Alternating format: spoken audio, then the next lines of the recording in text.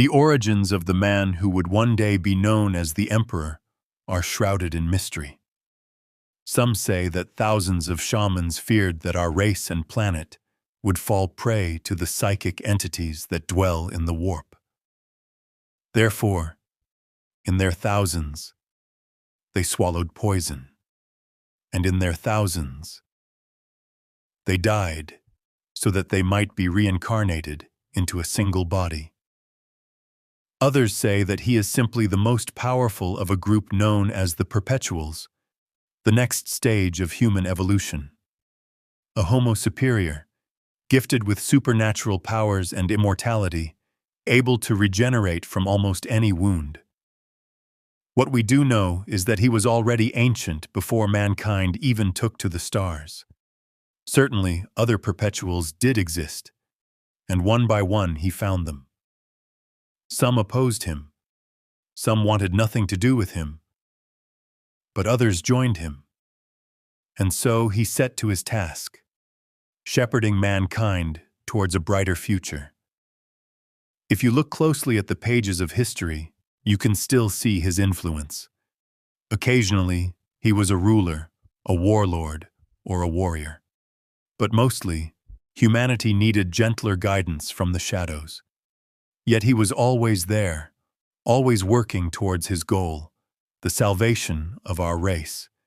Humanity thrived. We stepped into the stars with increasing confidence and skill. We expanded outward, colonizing Mars, the solar system, and then spreading into the rest of the galaxy. We struck accords with alien races where possible but defended ourselves when necessary.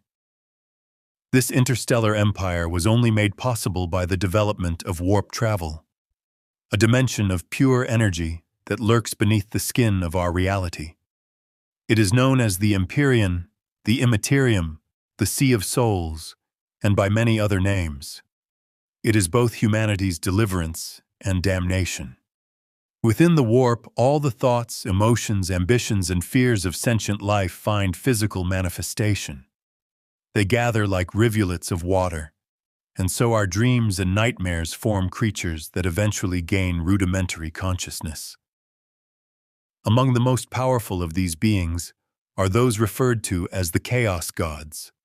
They were not all created at once, and yet they have always existed, for the warp is unbound by the laws of time and space. There is Khorne, the god of warfare and rage, Nurgle, the god of disease and despair, Tzeentch, the god of change and sorcery, and Slaanesh, the god of pleasure and excess. They war with each other in a great game of supremacy, rarely setting aside their differences to work together. Whether they are truly gods is for you to decide, but they wield unimaginable power and can use it to create what is typically referred to as a demon. Despite the evils that lie within the Immaterium, it presented humanity with a great opportunity, faster than light travel. We developed engines that could pierce the veil separating reality, and Geller fields to protect us from the horrors within the warp. Navigators were also essential. Humans with the navigator gene, genetic mutants possessing a third warp eye that granted them the ability to steer through warp space. Humanity was thus able to enter this dimension in one place and emerge in another. This age of expansion marked the zenith of mankind's scientific knowledge. Human scientists, engineers, and inventors became our new gods. They created wonders, even working with alien technologies. The standard template constructor machines, or STCs, allowed human colonists to quickly fashion everything they needed to dominate new worlds from whatever natural resources were available. Our tools of creation and weapons of destruction reached new heights. Just as with the navigators, humanity was even genetically enhanced in some instances. Vast armies of gene-tailored troops now fought our wars. But, as always, we meddled in matters best left alone. The men of iron were created, sentient, humanoid machines that served mankind's every need, from administration to warfare. When they turned on their creators, their mechanical armies rampaged and slaughtered billions. The cybernetic revolt, as it became known, was eventually won by an alliance of galactic powers, some of whom may not even have been human. We have only scraps of information about this conflict, but artificial intelligence, or abominable intelligence as it is now called, remains outlawed to this day.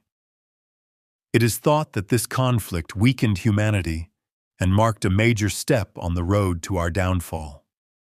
Evidence also suggests that human psykers began appearing in larger numbers during this period. Psykers may seem like witches or wizards from ancient myth, or like the very shamans mentioned earlier in this tale. A psyker can touch upon the warp with their mind, channeling its energies to reshape reality. Some can conjure fire, glimpse fragments of the future, or perform countless other feats. Though not all are malevolent, rogue psykers have been known to claim godhood over entire worlds. All souls burn like candles within the tides of the warp, but a psyker's soul burns like a blazing lantern. Demonic entities are drawn to them, circling like predators seeking a weakness. They can even possess unprotected psykers, and unchecked. These beings posed a massive danger to entire systems. We were still reeling from the cybernetic revolt, struggling with anarchy caused by the rising number of psykers, when perilous warp storms arose, blocking travel and trade. Hunger and starvation followed. Terrible wars broke out as warlords tried to carve out their own empires across the galaxy. Some worlds became completely isolated and over the millennia devolved into primitive societies. This period is often referred to as the Dark Age of technology, not necessarily because of its brutality, but because so little of its technology or records survived. Much of humanity's economic strength and political unity was lost. The aptly named Age of Strife had begun. Post-apocalyptic barbarism arose even on Earth itself, which had once been a shining hub of civilization. Humanity's homeworld, now known as Terra, fell into chaos as techno-barbarians battled with gene-enhanced soldiers. Our full destructive potential was unleashed. Billions died, and even the last of the oceans boiled away. And then, in humanity's darkest hour, a shining figure emerged.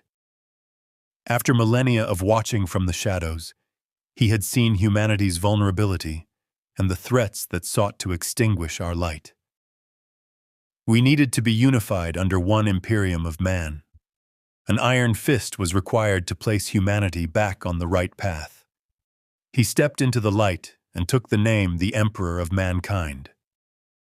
Over the millennia, disaffection had grown among the perpetuals allied with the Emperor. His most accomplished followers struggled to keep pace with his mind. They noticed he was cutting corners, ruthless in his demand for results. But what could they do?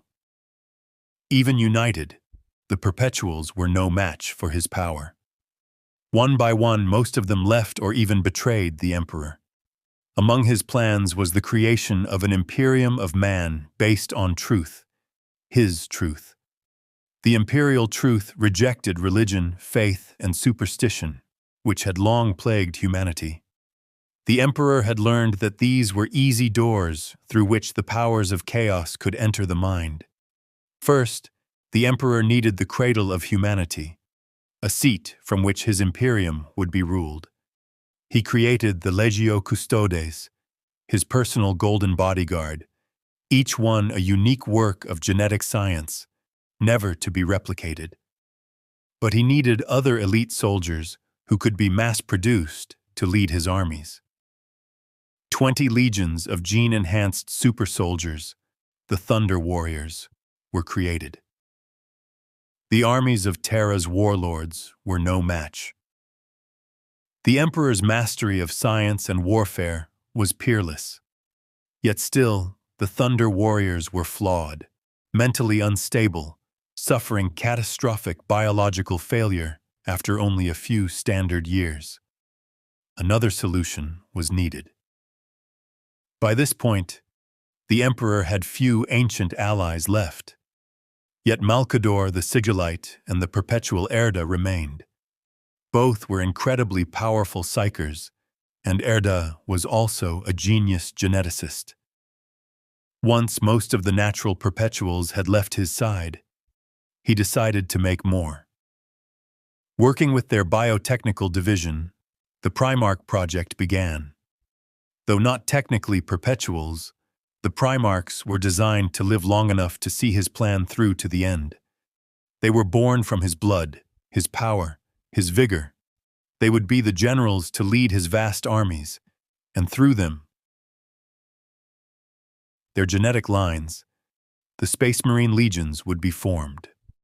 20 Primarchs, 20 sons of the Emperor, 20 legions. The foundation of the Primarchs was not purely genetic science, for the Emperor had not been idle over the ages. During the Age of Technology, along with other perpetuals, he traveled to the planet Molech. There they found it, a gateway to the realm of chaos. The Emperor entered and made a bargain with the Chaos Gods. Servants of these powers who know of such things will tell you that he stole some of their fire. For when he emerged back through the gateway, his power had grown even greater, and he had gained the knowledge of how to create the Primarchs. He was henceforth known to them as the Anathema. Furthermore, this was not the only secret that the Emperor kept. For few know that just as the Emperor is the father of the Primarchs, the Perpetual Erda is also their biological source.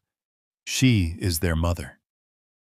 She had stood by the Emperor all this time, believing in their shared mission. Even the roles of her sons, incredible warriors and generals though they would become, were necessary to combat the forces working against humanity. But it was not until after they were born that she learned the true extent of his ambition and the ruthlessness behind it. He sought to supplant the natural flow of life with an artificial version of the Perpetuals, one that trampled ethics, morality, and wise prudence. He would use their sons to bend humanity to his will. Those who would not bend would break. There are many conflicting accounts of what happened next. Some say it was the sheer power of the Chaos Gods, furious at the Emperor's betrayal. Some say a causal loop was created by powers working against the Emperor in the future. But according to Erda, it was her. Understand. She loved her sons dearly and sought to spare them from his terrible ambition. She conjured a great warp vortex in the laboratory. The incubation pods were pulled into the Imperium and scattered across planets throughout the galaxy. But not all was lost, for he still had their genetic material. The gene seed implants were used to grow 19 artificial organs that could transform a normal human male into a superhuman, a space marine. Their strength, speed, resilience, and skill are so extreme that they can annihilate enemies without rest or sustenance. Towering above mere mortals, they possess incredible abilities, surviving underwater, spitting acid, healing at astonishing rates, and even enduring the void of space without immediate death. Recruits are subjected to psycho-indoctrination and conditioning. Their humanity is sacrificed, but their resolve is hardened, forging them into dedicated and merciless warriors. The Thunder Warriors, for their part, were purged. Their usefulness had ended, and their worth had passed. But finally, Terra, as well as its moon, Luna, was under the Emperor's rule. And so he turned his eyes toward Mars. The Red Planet had suffered greatly during the Age of Strife, and terrible divisions had formed between Mars and Terra. A religion of survival had arisen, the cult Mechanicus, devoted to the machine god. When the emperor arrived, he demonstrated his power by repairing a colossal war engine with a single touch. Henceforth, he was seen as the Omnissiah, the earthly representative of the machine god. The Treaty of Olympus was signed, uniting Mars with the fledgling Imperium. The emperor agreed not to interfere with the Mechanicum's beliefs, allowing them to continue their faith in exchange for their service. In return, the Mechanicum and their forge worlds would produce and manufacture the vast array of weapons, ships, and tools needed for the Imperium. The Eldar, or Eldari, are an ancient race whose empire spanned 60 million years. Such was their mastery of technology that their lives became consumed by decadence and pleasure, every desire satisfied, every whim indulged. They are exceptionally psychic beings, and amidst the swirling energies of the immaterium, their depravity gave birth to a new consciousness, the chaos god Slaanesh. The birth of Slaanesh was violent beyond measure. The cataclysmic explosion at the heart of the Eldar realm annihilated billions. Only a small number of Eldar survived, those far enough from the apocalypse to escape. The Eldar civilization was almost completely destroyed. The souls of the slain were devoured by Slaanesh. This event left a wound in real space, a massive warp rift known as the Eye of Terror. In that dreadful place, the warp coexists with real space, and demon worlds lurk within. The colossal shockwave from this cataclysm blasted across the immaterium, clearing the warp storms that had long plunged humanity into darkness. This meant that travel across the galaxy was once again possible. In this way, the death of the Eldar Empire heralded the birth of the Imperium, and mankind inherited the stars. The Emperor's Great Crusade, now fully underway, aimed to reunite the scattered worlds of humanity under his banner. The Xenos races would also be purged, for he wished to ensure that the tragedies of the past would never occur again. The Astronomicon was constructed on Terra, a psychic beacon powered by the Emperor's own might. Navigators could use the Astronomicon to guide their ships through the otherwise unnavigable chaos of warp space. As the Great Crusade pushed outward across the stars and worlds were claimed by the Imperium, the Emperor eventually found that which he coveted most, his own son. The 16th Primarch, Horus Lupercal, was found on the planet Chthoniya. Proof that many of these incredible beings could still be reunited with their father. For many years, it was just Horus and the Emperor conquering worlds together. But over time, all of the Primarchs were found. They were not all as the Imperium expected. They had grown to maturity on their home worlds, their landscapes and people shaping them naturally. They appeared as demigods to the local populations, and many rose to become great rulers. Yet some were forced to live lives of pain and turmoil. After reuniting with their sons, these ultimate generals carried the word of the Emperor to the farthest corners of the galaxy. Worlds that would not willingly join the Imperium of Man were brought into compliance by harsher means. Far beyond even the Space Marines, their powers and abilities rivaled those of the Emperor himself. Furthermore, no two were alike. Each one embodied a different facet of their father's character. The legions, too, developed their own preferences for warfare. They were truly magnificent. Unfortunately, the history of the Imperium records the titles of only 18 legions, yet 20 Primarchs were created. The fates of the 2nd and 11th legions are entirely unknown, for the Emperor had their records and statues destroyed. The Great Crusade swept across the stars for 2 centuries, ending in a great triumph after victory against a massive orc force during the Ullanor Crusade. After this victory, the emperor announced that he was returning to Terra to undertake a secret project. However, the Great Crusade needed to continue, and thus one Primarch had to be elevated above his brothers. The emperor gave Horus the title of War Master to cement his power and demonstrate the honor bestowed upon him. In recognition, Horus renamed the Luna Wolves as the Sons of Horus. The Primarchs were brothers of a sort, and as with any fraternal bond, tensions had arisen over the years. There was much bitterness and rivalry. Magnus the Red, the Primarch of the Thousand Sons, was blessed with much of his father's incredible psychic talent. Yet some of his brothers, notably Leman Russ and Mortarion, found Magnus's excessive use of psychic powers dangerous. After a great debate, the emperor issued the Edict of Nicaea, decreeing that all legions, beyond the use of navigators and astropaths, would no longer employ psychers. Magnus was not the only Primarch who felt slighted by the emperor.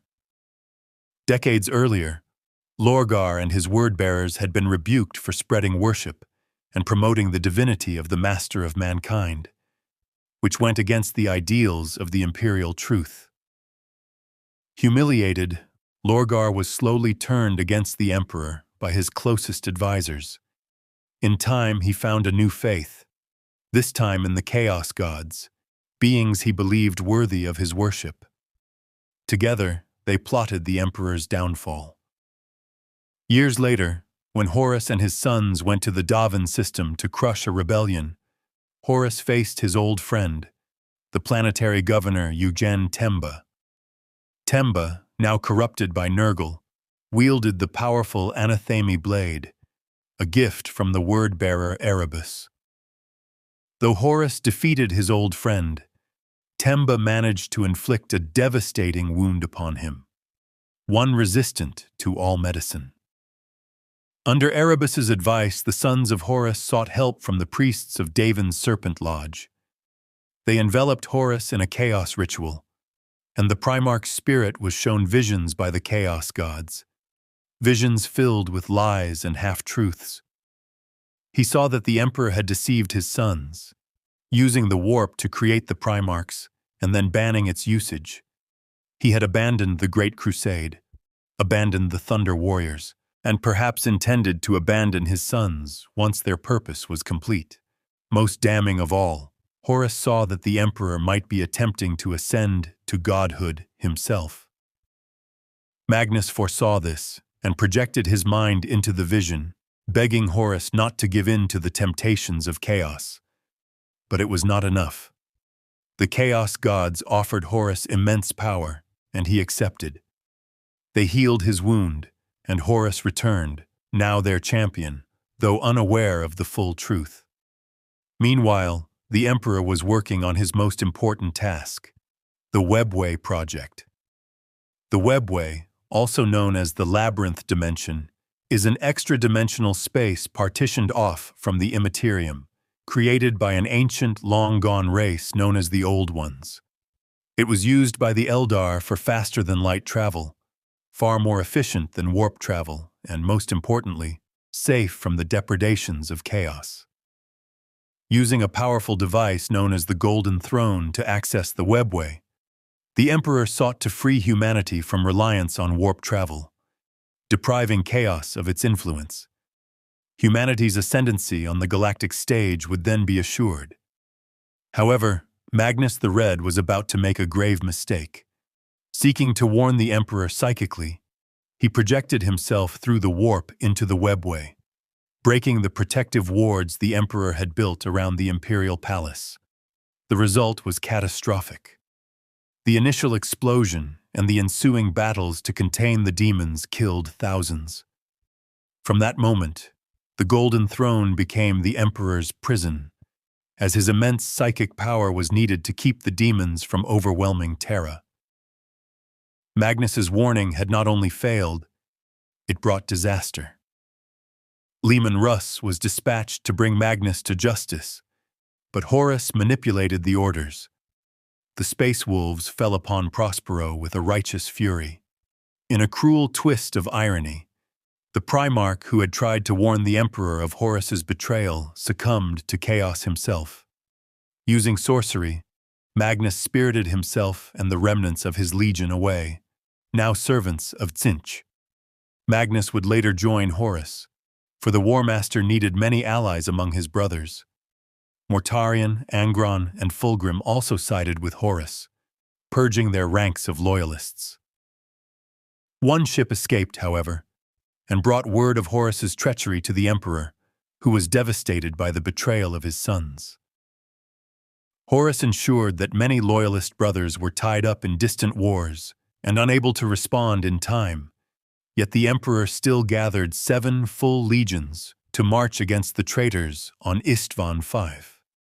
The first wave, led by Pharos Manus, Vulcan, and Corvus Corax, attacked the traitors with righteous fury. The second wave followed, but then came the ultimate betrayal. The entire second wave, led by Conrad Kurz, Perturabo, Alfarius, and Lorgar, had already joined Horus. The Dropsite Massacre, as it became known, left 3 of the Emperor's legions shattered and the Primarch Pharos Manus dead. Horus had the advantage, but even then he could not defeat the Emperor. He possessed only a fraction of his father's power. To even the scales, Horus found the gateway at Molech and entered. When he returned, it seemed centuries had passed. He had earned the full favor of the Chaos Gods, his power now godlike. The years of the Horus Heresy were filled with many conflicts, some small skirmishes, others colossal wars where both sides deployed god machines known as Titans, immense engines of destruction that could annihilate armies. Even Mars was torn by civil war, and the Edict of Nicaea was abandoned so the loyalist legions could use every weapon at their disposal. But Horus's ultimate goal was clear. He needed to take humanity's homeworld and slay his father with his own hand to claim the Imperium. Thus began the siege of Terra. Only 3 loyal Primarchs stood with the defenders: Rogel Dorn, Jagatai Khan, and Sanguinius, the beloved angel. Horus and Sanguinius had once been the closest of brothers. The great angel had foreseen his own death at Horus's hands, yet he fought on to preserve his father's dream. Secretly, deep within the imperial palace, Vulcan also stood ready with a dead man's switch that would destroy Terra should Horus prevail, denying chaos its ultimate prize. Despite the bombardments and even the demons manifesting upon Terra itself, the defenders held. Time and again, they forced the traitors to pay for every inch of ground, hoping to delay them long enough for reinforcements from Leon L. Johnson and Robut Guillemon to arrive. During all this, Horus and the Emperor battled psychically within the warp. Horus used his powers to prevent knowledge of Guillemon's approach from reaching the defenders. To lure his father, Horus lowered the shields on his flagship, the Vengeful Spirit. The Emperor knew it was a trap, but he had no choice. Malcador took his place upon the Golden Throne, an act that would kill him, but he sacrificed himself to give his friend the chance to end the war. The Emperor, Sanguinius, Dorn, and a host of heroes teleported aboard the Vengeful Spirit. What followed is lost to history. Legend says their forces were scattered, and Sanguinius found Horus first. Horus tried to sway the angel to his side, but Sanguinius refused. He stood alone against his corrupted brother, but even his unmatched strength could not prevail. Empowered by the Chaos Gods, Horus struck him down. Soon after, the Emperor reached the throne room to face Horus one final time. They fought with the fury of gods. Blow after blow shook the ship itself. It is said that even then, the Emperor could not bring himself to kill his beloved first son, but Horus held no such restraint. Gifted with the power of 4 chaos gods, Horus struck the emperor mercilessly, breaking his ribs, gouging out his left eye, and setting him aflame with hellfire. Lifting his father high, Horus brought the master of mankind down across his knee, crushing his spine. Horus howled in triumph over his fallen father. Legend tells that a lone hero then rose. He placed himself between the emperor and the champion of chaos, in full sight of the ruinous powers. Though he stood no chance, his noble sacrifice finally stirred the emperor. Seeing Horus as truly lost, the emperor summoned his remaining strength. In Horus's armor, and through this the father sent a psychic blast that obliterated the soul of Sanguinius. The Horus heresy was over. In the aftermath, the emperor's body was retrieved by dawn. He was rushed back to the imperial palace, where the last of Malcador's life was spent. Malcador was disengaged from the throne, and his body crumbled to dust. Only one being had the power and the will to take that seat now. And so it was that the Emperor of mankind was interred upon the golden throne. There he remains, his physical form broken, but his spirit enduring, neither dead nor truly alive. For the next 10,000 years, hundreds of psychers are sacrificed every day, both for him and for the Astronomicon. This immense suffering is deemed necessary. His power and will keep the demons from overwhelming Terra, and he sustains the Astronomicon, which guides the ships of mankind through the warp. Without him, and without the unbearable agony he endures, humanity would be torn apart by the multitude of threats that assail it. A great scouring took place after the heresy. Horus's first captain, Abaddon, took the War Master's body, and the traitors fled into the hellish sanctuary of the Eye of Terror. Many of these Marines swore themselves to the Chaos powers. These Chaos Space Marines are now augmented by their patrons and their dark gifts. The glorious work of the Emperor was defiled. They are abhorrent abominations who use their perverse boons in a long war against the Imperium. To prevent another catastrophic rebellion, sweeping reforms were implemented. Military authority was divided. The Space Marine legions were broken into smaller chapters. According to the Codex, a chapter should contain no more than 1,000 combat-ready battle brothers. These measures were intended to ensure that no single individual could ever wield the vast power Horus once did. Even as the Imperium coped with chaos incursions, old Xenos threats resurfaced. The Drukhari, sadistic Eldar killers, lurk in the dark city of Komarag that lies within the webway. Sheltered from the fate that befell their kin, they feed on despair and anguish, raiding through webway gates and taking slaves back for their twisted experiments. Their nobler cousins, the craft world Ildari, fled on vast worlds of stone and vessel, clinging to survival by a thread. Their immense psychic power and technology keep them alive. Orcs remain a terrifying foe. Brutal, barbaric, and fractious, they thrive on battle and mayhem.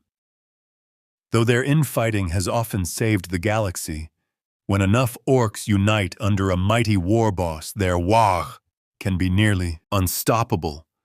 The beast's Wah nearly claimed Terra 1,500 years after the heresy. The Emperor's remaining loyalist sons are mostly gone or missing. Some are presumed dead. Only one survives in uneasy stasis, Robut Guilliman of the Ultramarines. Struck down by the poisoned blade of his brother Fulgrim after the heresy, Guilliman was placed in stasis at death's edge. He now sits as static as his father, a morbid symbol of the age of Primarchs, the time when the Emperor strode the galaxy. As for the fallen sons, the traitor Primarchs endure. Many have ascended to demonhood, bound to their patron gods in eternal servitude and wielding almost godlike powers. Time and again, they bring calamity down upon the worlds of the Imperium. Who, then, is left to run the Imperium? The High Lords of Terra now wield incredible power. Beneath them operate faceless bureaucrats, the Adeptus Administratum, and whole systems calling for aid often see no response for decades. By then, they have already fallen to invaders or strayed from the Emperor's light. Worlds are generally permitted self-rule so long as they pay tithes, not least manpower for the imperial armies. The regiments of the Imperial Guard are the flesh and blood shield of the Emperor's realm. They lack genetic enhancement or technological superiority, but they bring overwhelming numbers, artillery, mechanized support, and a reign of apocalyptic firepower. Such might, and the sanction to use it, ultimately rests with the shadowy organization known as the Inquisition. Inquisitors may requisition any military asset they deem necessary. Their mission is the survival of the Imperium. They act with the Emperor's authority.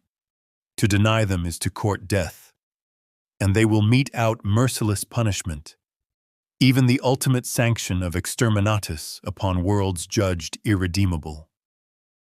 Over the millennia, the Imperium has expanded, shrunk, fractured, and been stitched back together.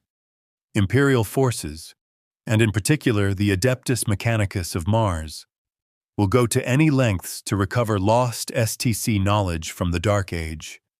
Yet humanity stagnates in many ways. Superstition abounds, and the fear of abominable intelligence remains deeply ingrained.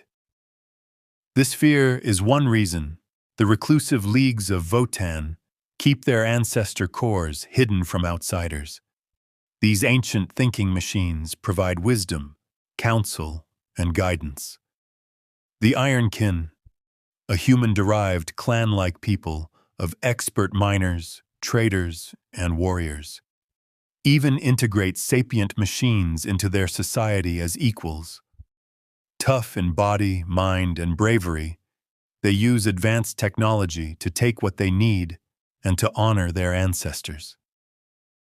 The great irony of the Imperium today is stark.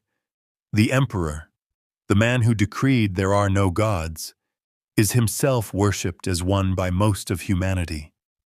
The imperial cult is pervasive. The God Emperor is venerated, and his church, the ecclesiarchy, demands obedience.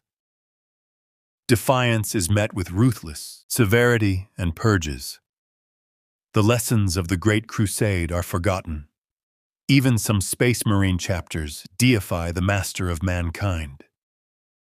Warriors of faith, such as the Adepta Sororitas, will gladly martyr themselves for holy missions.